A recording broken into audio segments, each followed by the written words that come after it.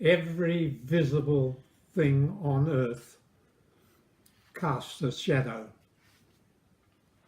even you and me.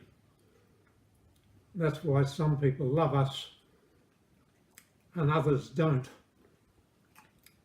Even a crown has thorns. Would you really like to be Queen Elizabeth with all the responsibilities she has carried for most of a century? Listen, constant sunshine makes a desert. Think about that. Artists tell us half the beauty of the world is because of its shadows. If you were puzzled and in real trouble, would you seek counsel from a person who's had an easy life or a person whose life had been burdened with many shadows? About 2,000 years ago, a man was stripped naked and put on a cross, there for 6 hours. After 3 hours passed, the skies suddenly became black. The sun refused to look at the scene. And then that man spoke, and light flashed upon the world.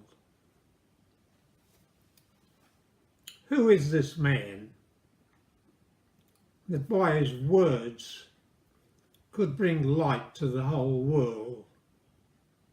Some of you are saying, Des, don't give me that religious stuff. Well, my dear friend, may I remind you that a life without love is barren. It's only a shambles. You know what a shambles is? A butcher's slaughter shop. I want to suggest to you today that there is a God, and his love is infinite, as much beyond the love of any human being as God in person is above the person of anyone on earth. I'm sure you've all heard of Bobby Burns. He wrote a beautiful little poem about human love. Here it is. As fair art thou, my bonny lass, so deep in love am I, and I will love thee still, my dear, till all the seas gang dry. Till all the seas gang dry, my dear, and the rocks melt with the sun. Oh, I will love thee still, my dear, while the sands of life shall run. And fare thee well, my only love, and fare thee well a while, and I will come again, my love, though it were 10,000 miles. That's a beautiful picture of human love. But here's a better one. Could we with ink the oceans fill? Were every stalk on earth a quill? Were the skies of parchment made, and every man a scribe by trade, to write the love of God above would drain the ocean dry, nor could the scroll contain the whole, though stretched from sky to sky. Love has its origin in God. If there's no God, my friend, there is no real love that lasts. If there's no God, there's no right and wrong. It doesn't matter if someone steals your wallet or robs you of your car or kills a member of your family. Dostoevsky says everything is permitted if there's no God. I want you to think of the alternatives. Life as shambles, or a life illuminated by God. You know, there's only one man who's ever lived who claimed to be God and was not thought mad. A man who claims to be God is either bad or mad or what he claims to be. Everything in life that pretends to be a key to our lock turns out to be another lock. When the theory of evolution came in, it was thought we had the key to the universe. But after years, we learned about DNA, that every speck of dust has a meter containing millions of pieces of information in order that the universe might exist, the world might exist, you and I might exist. When we studied electrons, we thought we had a key to the universe. Suddenly we found that each electron was a universe in itself. May I suggest to you, dear friend, the only key to life, the only key to the problems of our existence is a relationship with God. When Sir Arthur Keith was asked, what follows this life? He said nothing. Life goes out like a candle. Was he really right? Are you and I only cosmic dust? Are we harassed, driven leaves, and that's all of it? Really?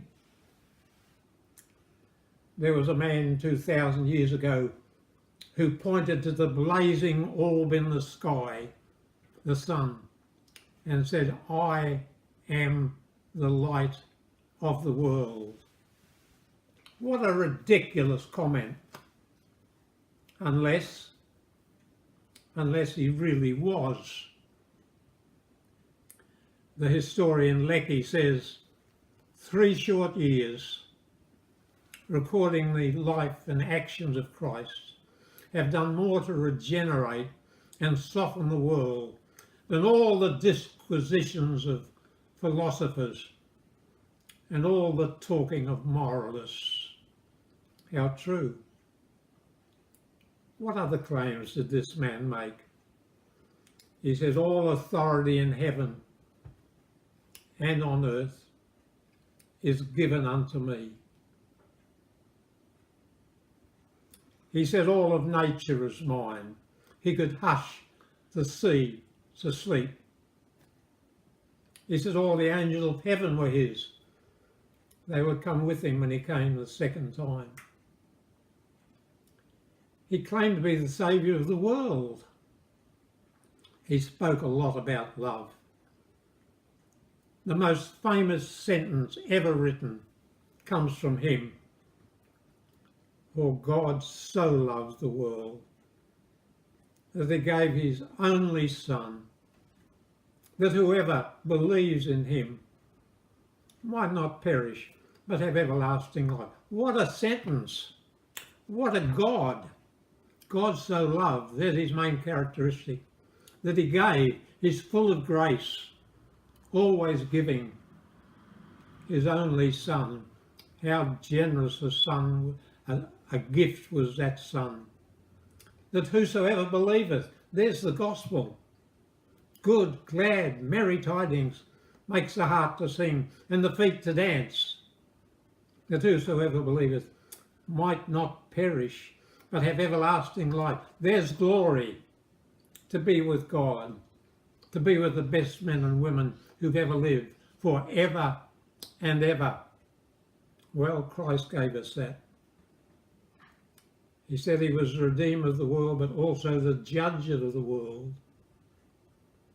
He claimed to have existed before Abraham and to enjoy glory with God before the world was. But can we trust these books? Matthew, Mark, Luke and John. I think the scholar C.H. Dodd was correct when he said genius never comes out of a committee. There's no evidence there was a conspiracy to write these books. They differ in details. They wouldn't have differed if they'd been the product of a group of careful liars. And Durant, Will Durant, I like him the best of all the historians of the last century. He said these books contain things would never have been written by falsifiers. They tell about followers who competed for a place in the kingdom. They say he fled from him when he was attacked. One denied him with cursing and swearing. Others refused to believe. And then Will Durant says, there is no evidence that these books are not strictly historical. Christ was a real person. He was so convinced he was right, he risked the lives of his friends to promote his teachings, as though the establishment of his kingdom was more important than human life. What a thing to do. He survived the test of apparent failure, while on the cross, rejected by church and state. He spoke sometimes as though on a sunny pavement when he prayed for his crucifiers and offered paradise to a penitent thief and committed his mother to the care of his beloved disciple.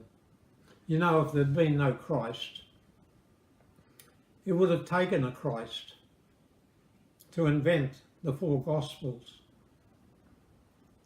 In Matthew, there are 60 places where the writer says Christ fulfilled a certain prophecy or type of the Old Testament. 60. Could there have been one flaw in the life of Christ? All of Christianity would evaporate. C.S. Lewis said, if Christianity is not true, it doesn't matter. But he said, if Christianity is true, it matters infinitely. Christ never experienced any feeling of guilt in himself. That's contrary to all other good men and women. Think on this. If he was altogether good,